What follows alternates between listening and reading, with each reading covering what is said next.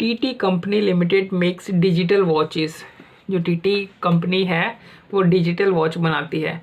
The company is preparing a product life cycle budget for a new watch. वो एक नई watch के लिए प्रोडक्ट लाइफ साइकिल बजट बना रहे हैं।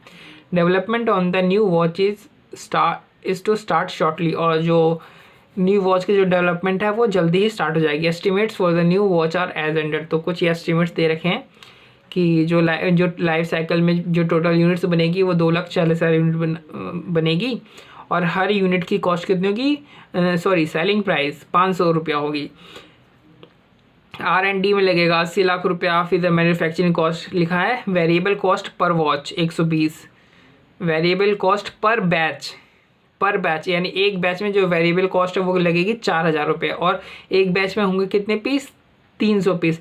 तो मैन्युफैक्चरिंग कॉस्ट के लिए जब हम बैच कैलकुलेट करेंगे कि एक्चुअल में बैच कितने हैं, तो हम 2,40,000 से डिवाइड करेंगे 300 को, क्योंकि 300 का एक बैच होगा। और फिक्स कॉस्ट लगेगी मैन्युफैक्चरिंग फिक्स कॉस्ट कितनी, 1,12,000। उसी तरीके से मार्केटिंग कॉस्ट, वेरिएबल कॉस्ट लगेगी पर बैच 24। यानी एक बैच की वेरिएबल कॉस्ट लग रही है, एक बैच की जो मार्केटिंग की जो वेरिएबल कॉस्ट लग रही है वो 24 है। और मार्केटिंग में जो बैच है, बैच को किस तरीके से कैलकुलेट करेंगे, एक बैच में कितना होगा वॉच, 96। देखो मैन्युफैक्चरिंग में जब हम बैच कैलकुलेट कर रहे थे तो उसमें एक बैच में 300 यूनिट था। और जब मार्केटिंग में जब हम कैलकुलेट कर रहे हैं बैच, तो एक बैच में इसमें 96 यूनिट्स है। यानी मार्केटिंग में टोटल नंबर ऑफ बैच कैसे कैलकुलेट करेंगे, 2,40,000 डिवाइडेड बाई 96। और मैन्युफैक्चरिंग मार्केटिंग की जो फिक्स कॉस्ट है वो कितनी है, 8 लाख। डिस्ट्रीब्यूशन कॉस्ट इसी तरीके से, वेरिएबल कॉस्ट पर वॉच है 240 और फिक्स कॉस्ट है 45 लाख की। और customer service cost, variable cost per watch ₹10 required. अब हमें कैलकुलेट क्या करना है, calculate the budgeted life cycle operating income for the new watch. हमें ऑपरेटिंग इनकम निकालनी है, यानी प्रॉफिट निकालना है हमें। जो कॉस्ट एस्टिमेटेड कॉस्ट और सेल्स दे रखे हैं उसके बेसिस पे। तो देखो रिवेन्यू 2,40,000 यूनिट है, 500 रुपया जो सेलिंग प्राइस हमने रखा है, तो रिवेन्यू। फिर R&D कॉस्ट 80 लाख रुपए का। फिर मैन्युफैक्चरिंग में वेरिएबल कॉस्ट 120 रुपये पर यूनिट था। फिर जो वेरिएबल कॉस्ट जो था वो बैच साइज के हिसाब से भी था, तो 300 जो मैन्युफैक्चरिंग कॉस्ट में जब हम बैच निकालते तो 300 से डिवाइड करेंगे, यानी 300 यूनिट का एक बैच होगा मैन्युफैक्चरिंग कॉस्ट के समय। तो 2,40,000 यूनिट डिवाइड बाय 300 यूनिट। और हर बैच में जो मैन्युफैक्चरिंग वेरिएबल कॉस्ट लग रही थी वो कितनी, 4,000 लग रही थी। ये रही फिक्स कॉस्ट मैन्युफैक्चरिंग की डाल दी। उसके बाद मार्केटिंग में बैच के हिसाब से लग रहा था। ये देखो मार्केटिंग में भी बैच के हिसाब से लग रहा है, पर बैच लगेगा 24 रुपये। और एक बैच में यूनिट कितनी होगी, 96। तो इस तरीके से सॉल्यूशन होगा 2,40,000 यूनिट डिवाइड बाय 96 इंटू 24, ये आंसर आ जाएगा। फिर फिक्स कॉस्ट हमने 8 लाख की डाल दिया, उसी तरीके से डिस्ट्रीब्यूशन कॉस्ट हमने डाल दिया, टोटल कॉस्ट आ गया। अब सेलिंग में से टोटल कॉस्ट हम लेस कर देंगे तो हमारा इनकम आ जाएगा, प्रॉफिट। तो ये हमारे ने जो था पहला हमने निकाल लिया।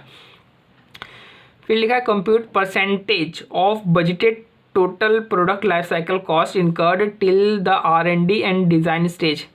तो कह रहा है कि जो टोटल जो प्रोडक्ट की जो लाइफ साइकिल बजटेड कॉस्ट है, यानी ये इसका कितना प्रतिशत होता है इसका कितना प्रतिशत होता है R&D और डिज़ाइन स्टेज तक जितना कॉस्ट इनकर किया गया है। यानी R&D और डिज़ाइन स्टेज तक जो भी कॉस्ट इनकर की गई है वो total project life cycle budgeted cost का कितना परसेंट होता है। देखो R&D और डिज़ाइन कॉस्ट तक कितने खर्च किया गया है, 80 लाख।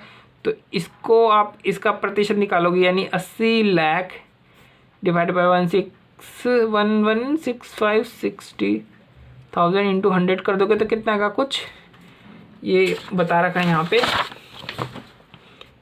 6.86% बता रखा है।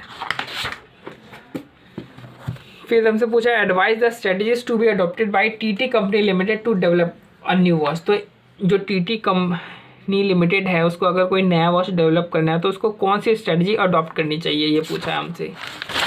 तो ये देखो ये नॉर्मल है, नॉर्मल सिचुएशन है। नॉर्मल सिचुएशन में क्या होता है कि जो प्रोडक्ट की जो लाइफ साइकिल की जो टोटल जो कॉस्ट आती है वो 80% कॉस्ट कहाँ पे खर्च होती है, प्लानिंग और डिज़ाइनिंग फेज में जो है खर्च होती है।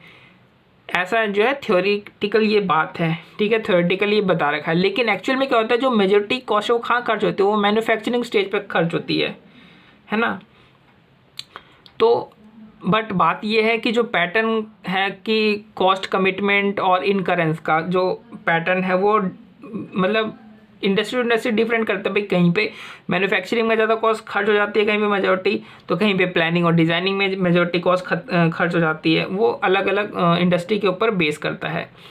लेकिन ये वॉच वाले इंडस्ट्री में क्या है, जो टीटी लिमिटेड है उसने अभी तक जो डिज़ाइन और R&D फेस है उसमें सिर्फ 80 लाख रुपए खर्च किए हैं, ठीक है। और जो कॉस्ट की जो मैनेजमेंट है यानी और जो कॉस्ट की कमिटमेंट है, जैसे यहाँ पे देखो ऑलरेडी डिसाइड हो गया है प्रोडक्ट बनने से पहले कि इतना इतना है टोटल लाइफ साइकिल में खर्चा आएगा। तो आप एक बार जब आप ये इसके जब मैन्युफैक्चरिंग शुरू करोगे तो तब आप इसको इन कॉस्ट को कंट्रोल नहीं कर सकते हो, ठीक है। इन कंट्रोल को आप सिर्फ मैनेज कर सकते हो, लेकिन इन कंट्रोल्स को मैनेज भी नहीं कर सकते। इन कंट्रोल को सिर्फ आप कंटेन कर सकते हो, कंट्रोल करने की कोशिश कर सकते हो कि इससे ज़्यादा कॉस्ट हमारा ना हो जाए। लेकिन अगर आपको इन जो कॉस्ट आए हैं इनको अगर आपको मैनेज करना है तो आपको मैनेज प्लानिंग और डिज़ाइनिंग फेज में करना पड़ेगा। अगर आपने प्लानिंग और डिज़ाइनिंग फेज में ही ये यहाँ पे कॉस्ट आपने कम कर दिया है तो उसी हिसाब से फिर आगे आप प्रोडक्शन मतलब स्ट्रेटजी अपनाओगे। प्रोडक्शन फैसिलिटी आपकी जो भी रहेगी या सेलिंग डिस्ट्रीब्यूशन जो भी एक्सपेंसिव रहेगी या जो भी एडवर्टाइजमेंट की स्ट्रेटजी रहेगी वो उसी तरीके से रहेगी कि हमारी कॉस्ट कम आए। तो जो कॉस्ट मैनेजमेंट है वो आप प्लानिंग और डिज़ाइनिंग फेज में ही कर सकते हो, बाद में नहीं कर सकते हो। बाद में तो सिर्फ आप क्या कर सकते हो, कॉस्ट को कंटेन करने की कोशिश कर सकते हो। तो और जो कॉस्ट को जो मैनेज किया जाता है प्लानिंग और डिज़ाइनिंग फेज पे वो किसकी मदद से किया जाता है, वो टारगेट कॉस्टिंग की मदद से कॉस्ट को मैनेज किया जाता है प्लानिंग एंड डिज़ाइनिंग फेज पे। तो जो टीटी कंपनी है उसको चूंकि नया वॉच बना रही है तो इसको अभी क्या करना चाहिए, प्लानिंग एंड डिज़ाइनिंग फेज पे क्या करना चाहिए, इसको टारगेट बेस्ड कॉस्टिंग अपनाना चाहिए।